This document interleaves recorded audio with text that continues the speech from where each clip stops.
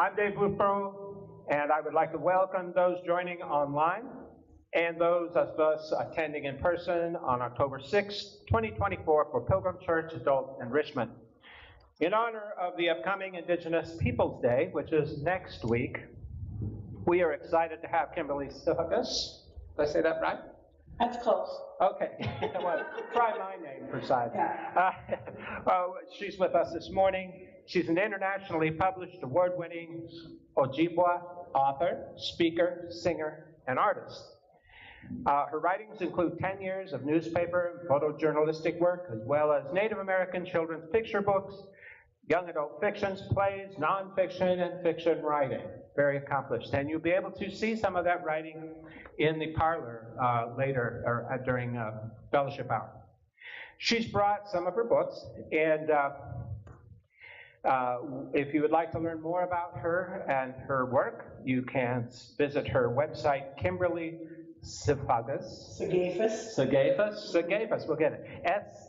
SIGAFUS.com.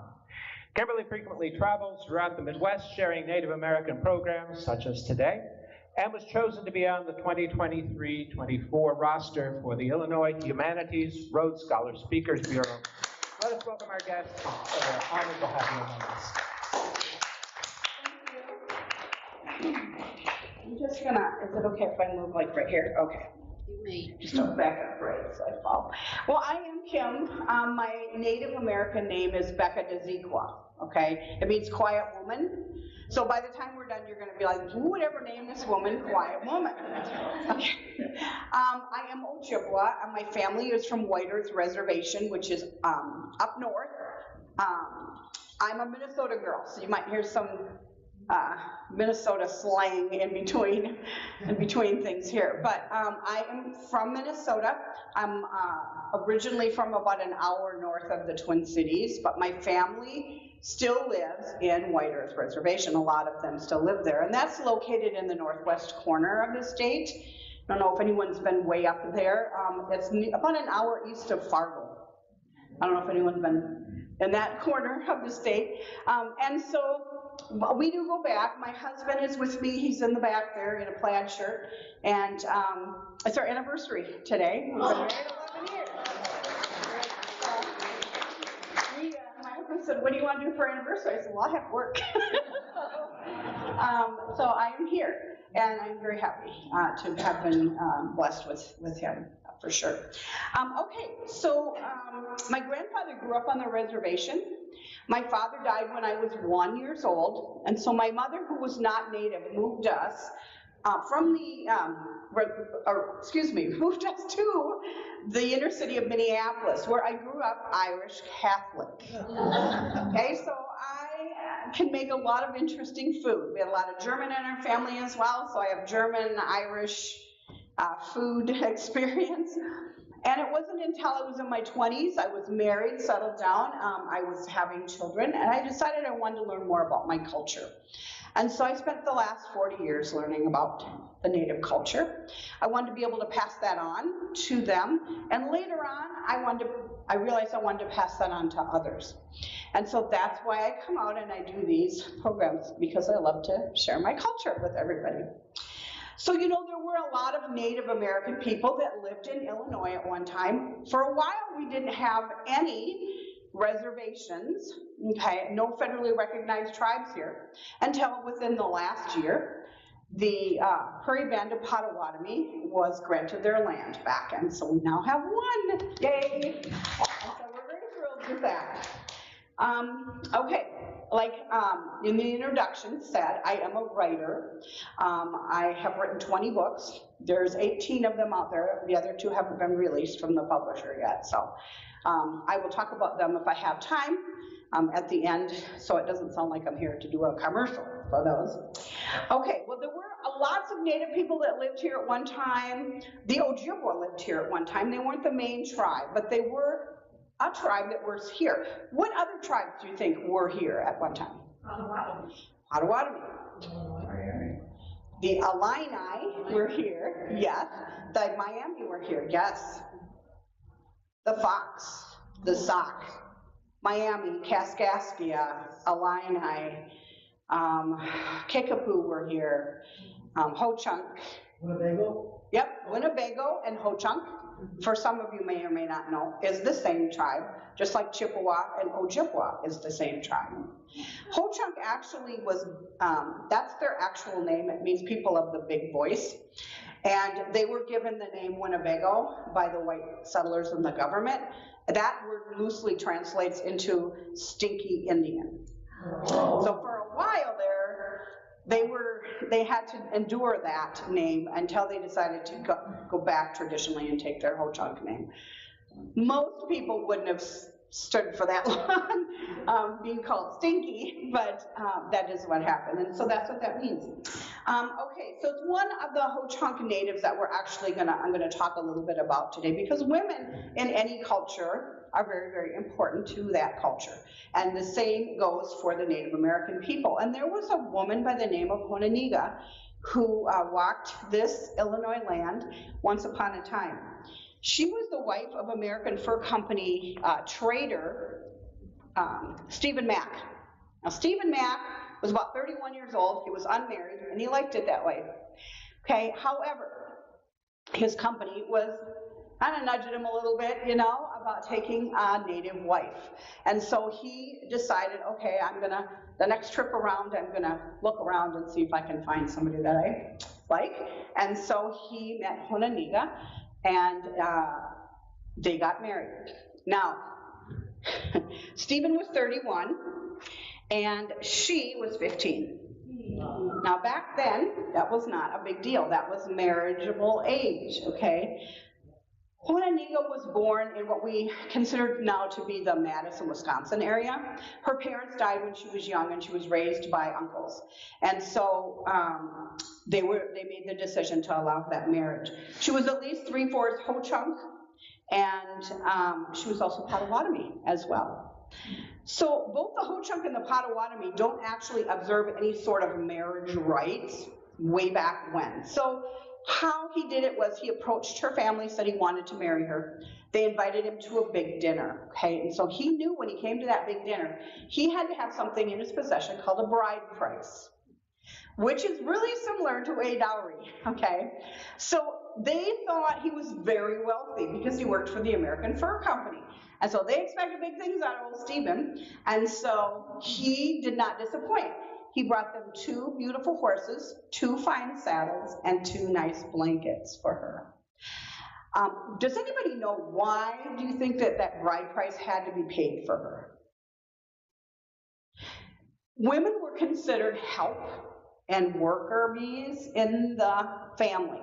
So you had to trade that help and worker bee away. So you know, and so she could leave and be in a different abode, a different housing, and because you're losing your help, and so you're paying for that basically.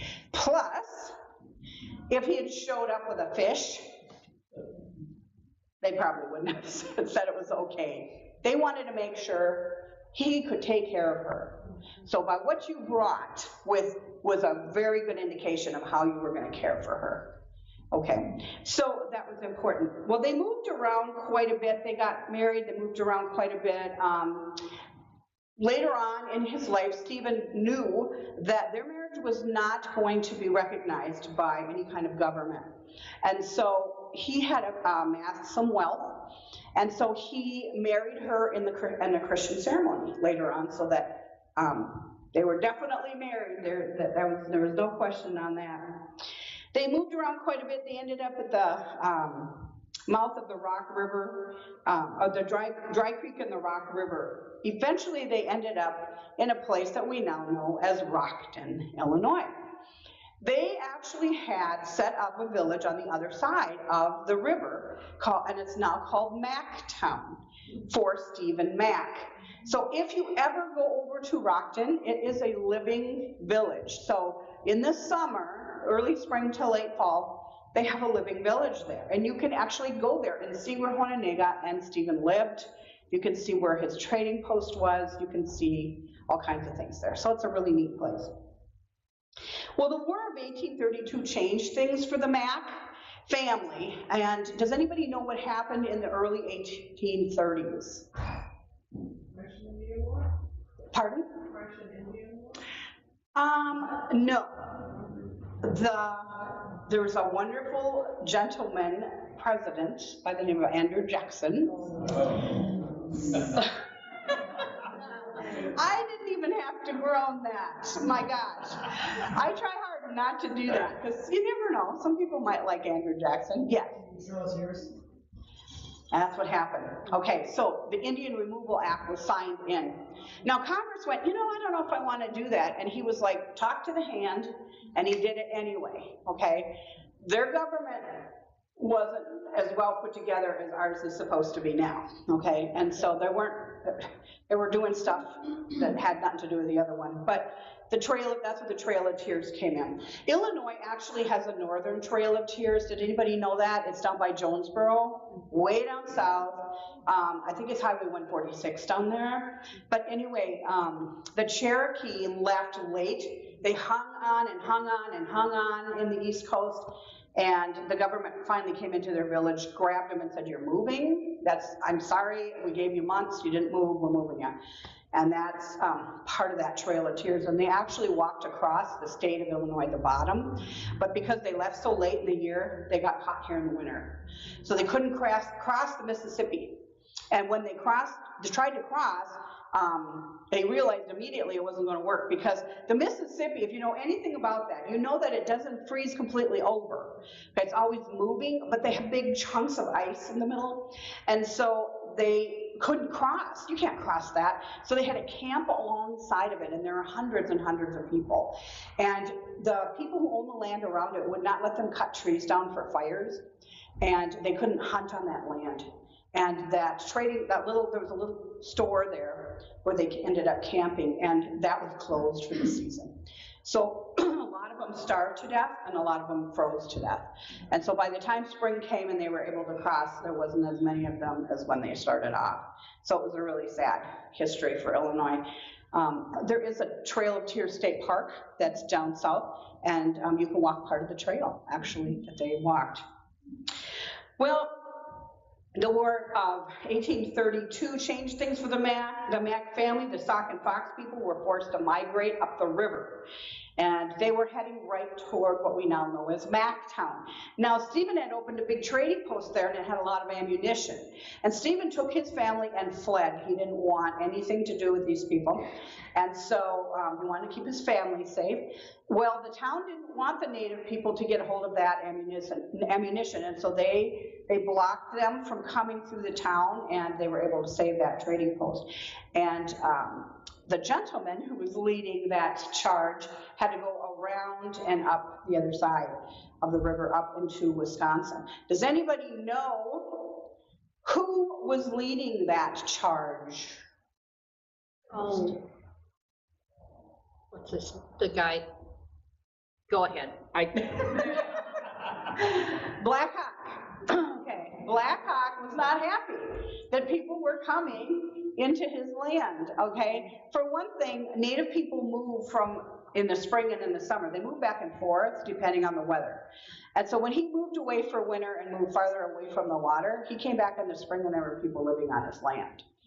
Okay, he didn't understand that, and most Native people did not understand the whole treaty situation because we believe that the land is owned by Gitche Manitou or the Great Spirit or the Creator, and you can't sell that. It doesn't belong to you. We are here to be stewards of that land, not to sell it off and make money off of God's land, right?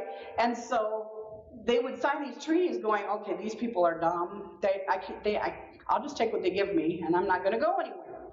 So there was a definite culture clash there, and ideas on how they thought of the planet Earth, even.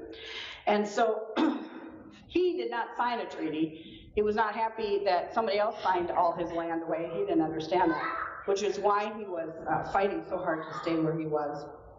Well, here only 33 years, because Hononega actually passed away of a lung infection. She was on this earth in a very interesting time. When she first married Stephen, she was surrounded by Native people, and they were around her in abundance, and there was just a small smattering of white settlers.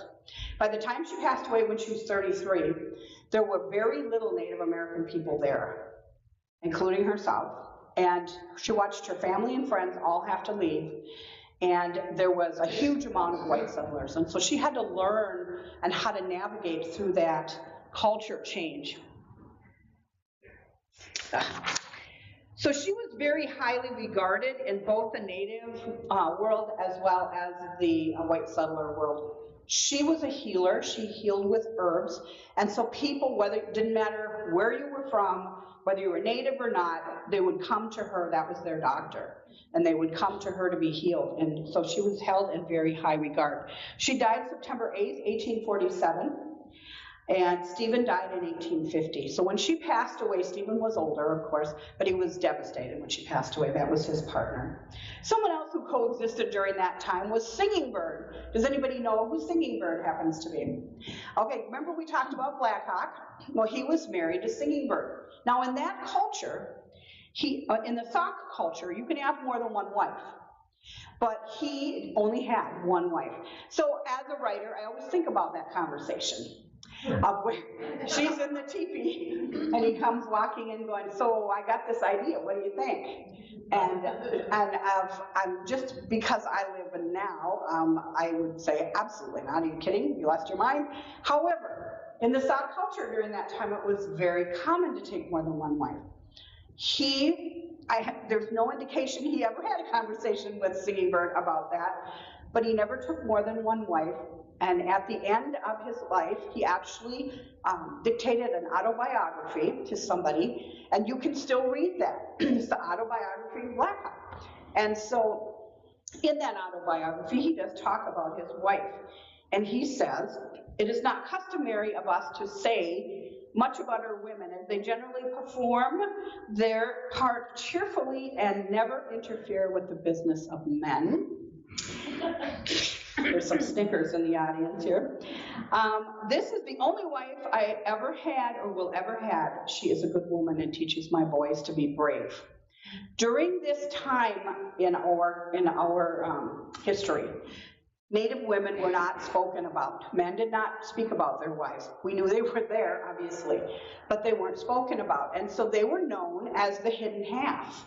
We knew they were there, but we didn't see them as much. We didn't hear about them as much. Just because they were known as the hidden half does not mean that they were less important, and we're going to talk about that in a few minutes. In the spring, the Sauk hold a medicinal feast, and that is the time for the men to pick out their wives. And so the women dress up in all these gaudy feathers, and they're dancing around the crane dance, and the men are watching and looking around to see who they like. If they find someone, they go to their mom and they say, "Hey, I like this one." She goes to that girl's mom, and they have set up a time for him to come and meet. And that is in the evening after everyone has gone to sleep.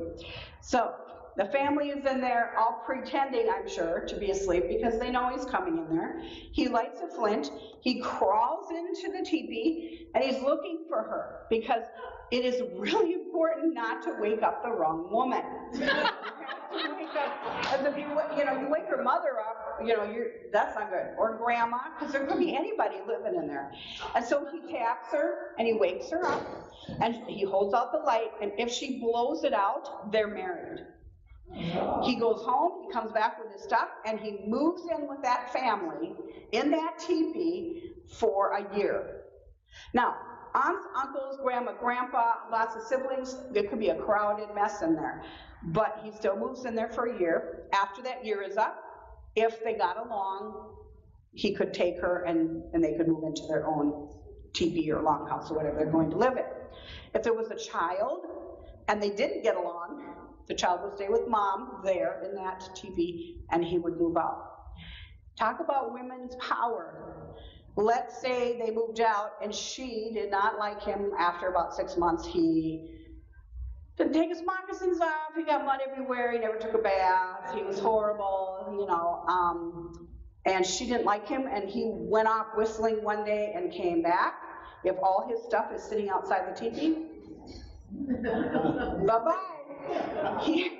she could kick his little hiney out because she owned the teepee and everything in it, okay? You need to find somewhere else to live, okay? Whenever they moved in the spring and the late fall, she had to take that teepee down, wrap it up, stick it on her back, and carry it to wherever they were going. Everything in there belonged to her, okay, including the children, okay? So even if they had 10 kids, he'd have to go. Okay, so, let's see here. All right. See, I've got all my papers messed up here. Okay. They were considered woodland Indians who lived here. And that basically means they lived in the woods off the land, okay? How we lived here is different than how they lived in, let's say, Mexico or Arizona, where there's not a whole lot of water. You know, like we have, you know, Minnesota has 10,000 or more lakes. So we fished and hunted and canoed, and they probably didn't do a lot of canoeing in Arizona, is my guess. And so they lived off the land, they hunted and fished. The canoe was something that was made out of birch bark for the Ojibwa people. There was a way to pull bark off of a tree, off of a birch tree without killing the tree. Don't try it unless you know what you're doing or you will kill your tree. And so what do you think they hunted around here? What do you think that it would have been a good hunting party kill? Deer. Deer, definitely. We still have that. Bison. Bison were here till 1810. They were roaming the land till 1810. Fish. Fished, you are right. They fished. Yep. Yeah. So anything they could get a hold of. We had bear here, and if they got a bear kill, they would after the kill, the hunting party. Sorry, I'm gonna grab my water in a minute. Would put a peace pipe in its mouth with tobacco and light it and say a prayer for that animal for giving his life so that they could be sustained. Sorry, got allergies too on top of it, but okay. And so they lived off the land. They also had big, huge gardens. They did not have a Cub Foods or a Schnucks or anything else. I don't know what you guys have around here. We have Cub by my house, but they didn't have that. They couldn't run there to pick up their stuff. So they had to grow it. And so everybody that was in the village would work on that. Now, in the summer, there was about 100 or more teepees or longhouses that were spread out along a water source, and they put up a big garden. And everybody helped in it. Now, when they moved back from the winter and they set up their garden, they didn't have anything to eat, right? You have to go hunting, you hope you get something, get some fish. But they didn't have a whole lot. And so they got smart. And in the winter, just before they moved, maybe late October, beginning of November, they would dry some of their food and they would stick it in the ground in containers. And they would dig big holes in there so the bear couldn't get down and try to find their food. And then when they came back in the spring, they could dig that up because they went back and forth all the time. And so they were in the same spot. So they knew where that was. And so that's how they sustained themselves as well. They had a slight division of work as far as men and women. Women, again, were in charge of the home and the child rearing. The men were security for the camp, as well as the hunting and supplying some of the food that way as well. So they had a huge celebration, I guess you could call it, right after harvest. Right after everything was harvested. So maple syrup would have been harvested in the spring. Has anyone ever done maple syrup tapping? Okay, so I did not know. I thought when you stuck the bucket up there and you got this nice bucket full of, I thought you were done. I was gonna go home and make pancakes. Okay, and somebody said to me, no, you have to process that. That has to boil down. Well, your nice bucket now has got like this much on the bottom. And I'm like, I'm just going to buy Aunt Jemima's because this is too much work. But it does taste better. I mean, maple syrup is yummy if you guys, like maple syrup. But they did that in the spring. They did their wild ricing wherever that was growing, which is up north. They did that in late fall. So all of that would have been done probably by the end of October, beginning of November. And they had a big celebration, and they would have food out, and they would sing and dance for the Creator to thank him for hopefully what would have been an abundant harvest for them. And so what I thought I would do today is I would pass out a song really quickly here, because we're going to run out of time, and I don't want to hold you up. I'm also going to allow you to play some of my instruments that I brought with me today. And we're going to learn what's called, well, I call it the Ojibwa lullaby. And it's just a song, a lullaby song in Ojibwa. It's fairly simple. And I thought we could go ahead and learn that. So, okay, there's Andy. Andy, can you come up and grab some of these sheets, and I will talk. Keep talking as he's passing these out. Actually, you could have some too, and we can split it up. All right, this is a real simple song. If you look at it, it's Hey Hey Watane. Hey, hey, Watane. Okay. At the end it says K-O-K now, K-O-K now. That's the whole song. Okay, and so I'm going to talk a little bit about my drums here. The drum is considered a female instrument. It represents Mother Earth, okay? Women are allowed to play these drums. They're not allowed to play traditionally the big powwow drums, okay? This one is strung differently. It depends on the actual drum maker as to how it's actually strung, okay? This one has a stone in the middle, which attracted me to it right away because I'm a rock hound from way back. So I love rocks, and so this one, and my red one too, has a stone. It's held like this. You never hold it by the strings. Now the strings were either sinew, which is part of a ligament of a deer, or they were wet down leather strapping, okay? So this drum, you will find, is a lot lighter than the red one, and they're different, they have different skins. I have to step out here for a minute. Okay, this is called a tom. So if I have two of these, what would they be? Tom-tom. There you go. You ever heard of that word, tom-tom? Yes. That's where they came from. This is also a beater. I don't like that word, so I call it tom. But this is how this one sounds. So I'm going to sing quick how this actual song sounds so that you know. You can follow along on the music. So you don't have to sing this time. Hey, hey, watane. Hey, hey, watane, hey, hey, watane, K-O-K na, K-O-K na. Now the English version is sleep, sleep, little one, sleep, sleep, little one, sleep, sleep, little one, now go to sleep, now go to sleep. Okay, now I'm going to tell you, when you're singing A Child a Slave, do not be using the beater. They don't go to sleep when you're banging away. So we use our hands and we sing quietly. This works really well until they are learning to sit up and grab your beater. The next thing you know, the drum's got to go. Okay, so I have this drum. I also have this red one as well. This is also strung the same. It's a little heavier, a different hide. Okay, still got a stone in it. Okay, let's see. I have a couple of smaller ones. I know I'm stepping on a frame, I'm so sorry. These are rain sticks. This was made by my son, who is now 40. He was 7 when he made this. Has beans in it. This was gifted to me. This one has porcupine quills in it. Okay. So, those two. Don't move. And then I wanted to introduce you to what's in this bag. This bag is my drum bag from my elder drum. And she is very old.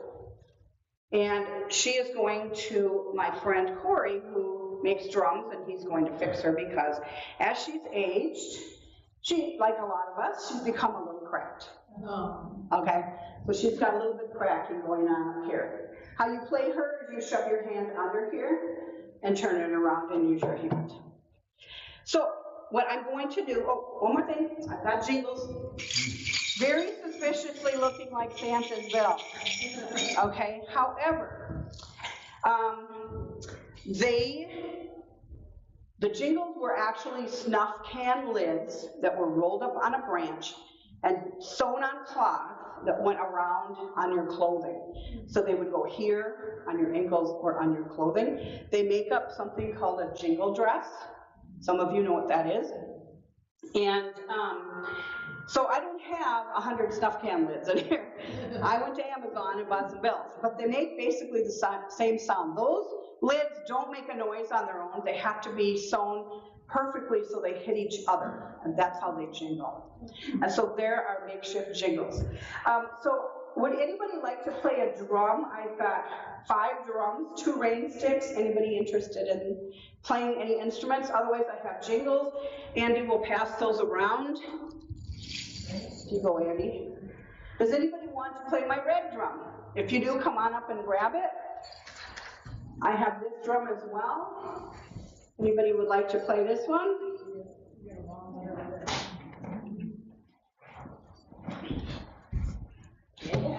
Oh, there's Ashley, all right. Wait, that's okay. No. Otherwise, I have 2 other drums here. So, and you guys can just come up and grab them, that's fine. Which drum did you want? Right. You want a rain stick? Okay.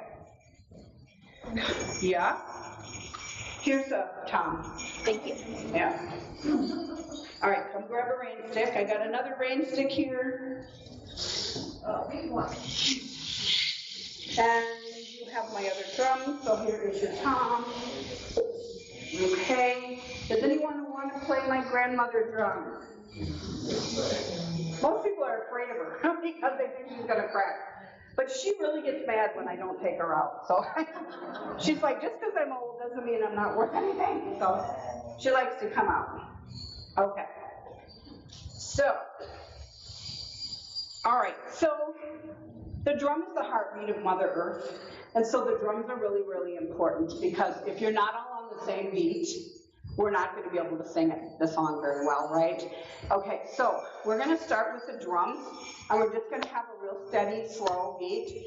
So what I want you to do is start hitting your drum. And Andy came around with jingles, so hopefully some of you have some stuff. I want you to think about being in downtown Chicago at one of those big theaters that had Wicked and, you know, all those great shows. Hamilton came to town. Now, your mother knew you were going to be playing, but she didn't buy her ticket till she walked in, and she's in the very back, in the corner, and she can't hear you. So the drums need to be played loud. Okay? Now, the jingles are fine. They're right to the beat. So you're jingling. Now, the rain stick, make sure on the rain stick that you are holding it sideways. There's stuff on both sides. So when you shake it, it becomes like a rattle. If you shake it like this, all of the stuff is going to fall to the bottom and you won't be able to make a noise. So it's got to be on both sides. And you're going shake, shake, shake, shake. So it's going to be on the beat. Shake, shake. Shake, shake. Keep going.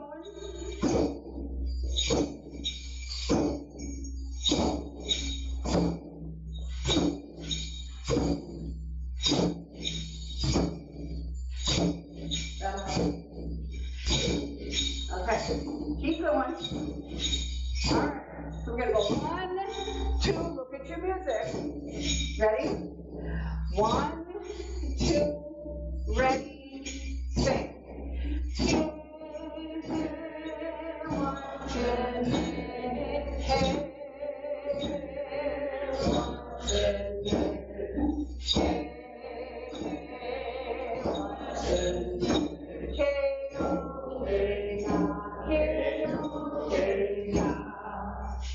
Ready? Sleep, sleep, little one.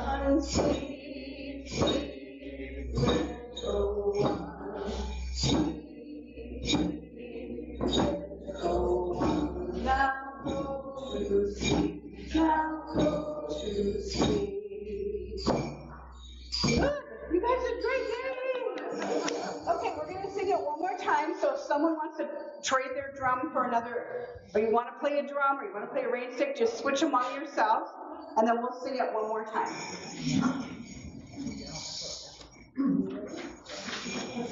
Anybody need a drum? Oh, you're going to switch out? Okay. We'll switch out our instruments. Anybody want a drum that didn't have a drum? All right. For those of you who are at home, you'll have to get your own drum or bang on the table. I do that sometimes when I don't have my drum, I start banging on the table. Okay. Or you can play the spoons. The spoons work too. Okay, so we're going to sing it again, and we'll do both like we did last time, both in Ojibwa and then in English. Okay, ready? One. Okay, let's get the drums going first, loudly. Okay.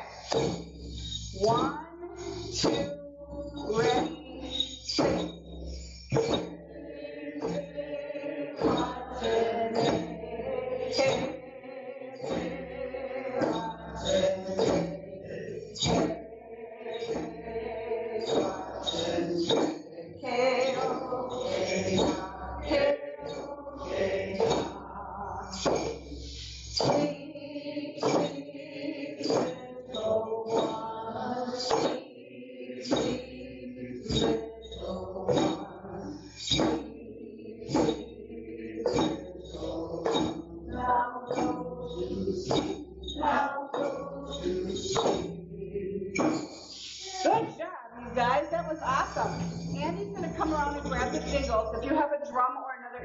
Please bring it back up here.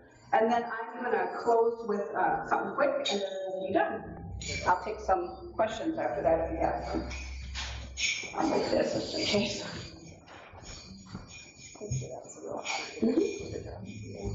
You're welcome.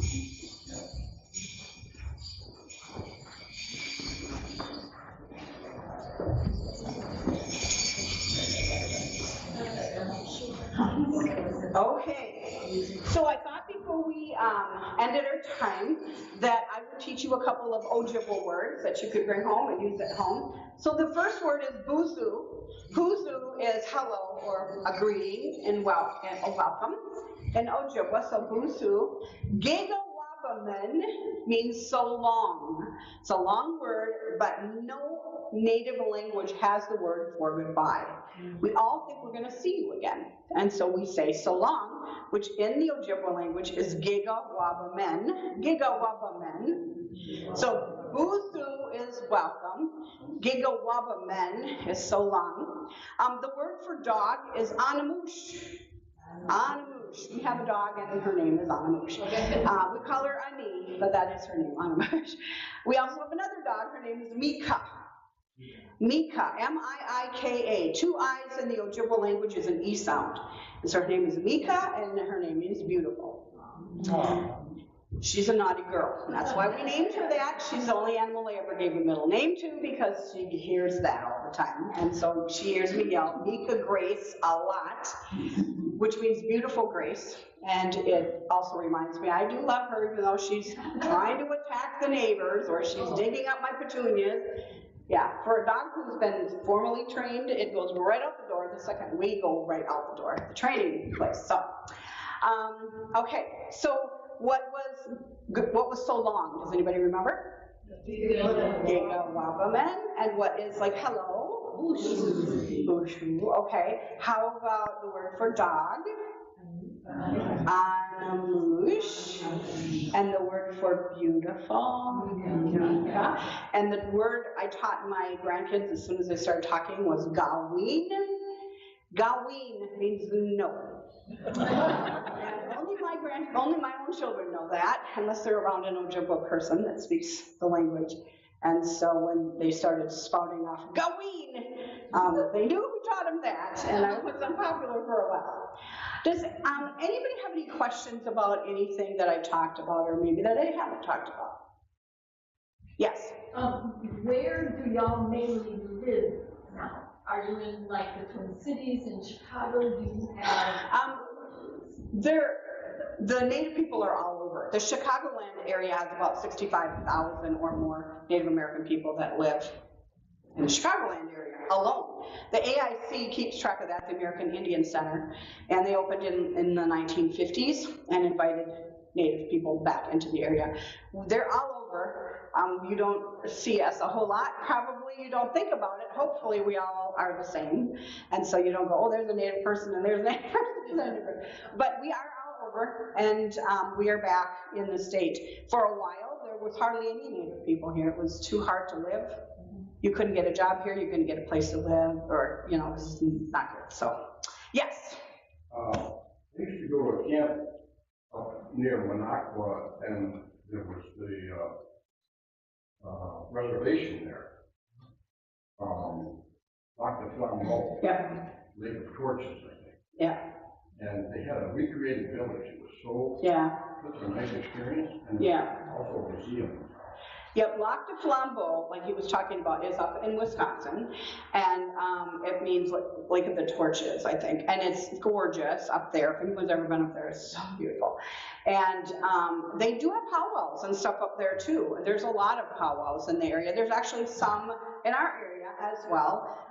Midwest Soaring is having one at the DuPage County Fairgrounds next Saturday and Sunday.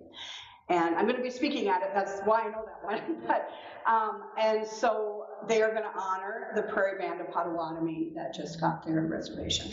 And so there's a lot of vendors. I love powwows because there's vendors and there's food, and there's food, and there's food, and there's food, okay? And there's dancing, and so it's a lot of fun. It's a real lot of fun to go to those. Are there any, oh, your question, yes? I'm wondering if the type of stone embedded in the handle of your drums has meaning. Only to me. Practical. It is, it's practical because it sits in the palm of your hand, yeah. I'm one of those, long time ago they used to call us new age people, you know, who like stones and crystals and all that, but that's coming to be a lot more meaningful for people nowadays. But so it's just something that I personally like, so, yes. The turtle on your necklace. Yes, the turtle is a very important creature in our culture. The Ojibwa people believe in their creation story, they talk about the turtle and they believe that the earth is being held up, the world is being held up on a turtle's back. And so we have turtles, I have them on my shoes, I have them on my jewelry, I have turtles all over. I have different regalia, this is called regalia that I wear. This is a ribbon skirt and a ribbon blouse. And so I have a lot of different regalia, and they usually all have some turtle motif to it. No, this is just a practical question. Sure. Where's Macton or Macton? Mactown, it's in Rockton, Illinois. Okay. So Winnebago County. Andy, where's, how do you explain how to get to Rockton? Rock. It's right at the top of the state. If you take, from here, if you take I-90. I-90? Get off at exit 3 or Okay, exit 3, which would take you, which is Rockton Road, and take you straight to Rockton. yeah. Now you have to go on 75 a little bit further west to get to. It is a little day trip, yeah. It's a lot of fun though. Okay. And they have a center, a history center in there. You can go in there and they have speakers in there all the time. They have a little gift store. That's a lot of fun. Anybody else have, oh, you did, okay. Have you or anyone you know been sort of alarmed whenever gray wolves are bounding? Okay, say the end of that again? Do you know of anyone who has been like alarmed when, you know, gray wolves are bounty? Oh, gray wolf. Gray wolves. Yes, because I know that the gray wolf is also quite important to the Ojibwe. The wolf is extremely important to the Native culture, period. I get it. I get why you hunt them. Because you have a farm and they're killing all your livestock. I get that. So I do get that because I grew up on a farm too, so I do understand that.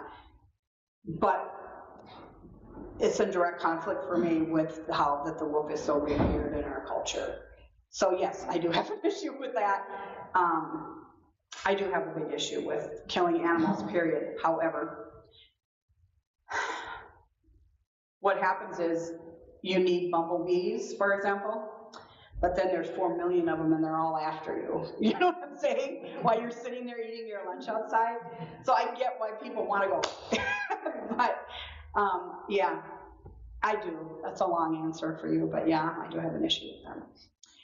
Are there any other questions? Yes, way in the back. So many people share their culture through food. Do you know the names of any indigenous restaurants in the area?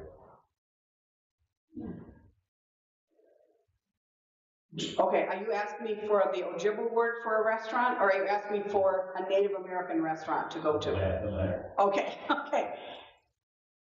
Not here. I think there is one somewhere in Illinois, because somebody told me about it, but I don't know where it is, and so you'd have to look that up on Google. Gotta love Google, right?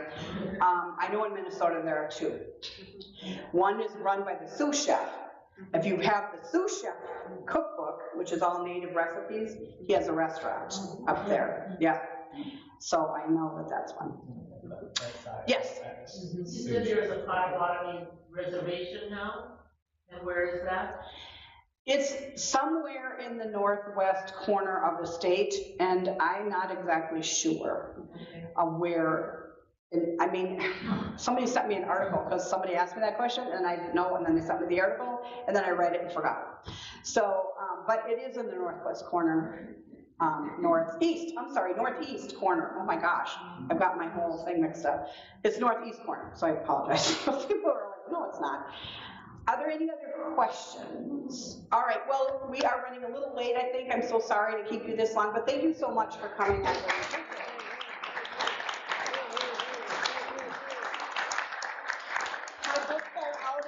In the friendship hall or somewhere out there. So if you're interested in them after everything, you can wander out there. Andy will be out there.